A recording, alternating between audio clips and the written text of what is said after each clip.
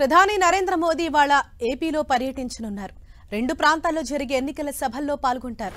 రాజమహేంద్రవరంలో విజయ శంఖారావం పేరుతో నిర్వహించే బహిరంగ సభకు మోదీ హాజరవుతారు.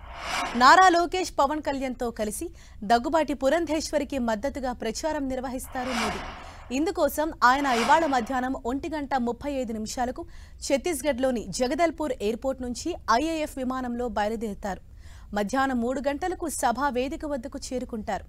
అక్కడే 45 నిమిషాల పాటు వేదికపై ఉంటారు మోదీ.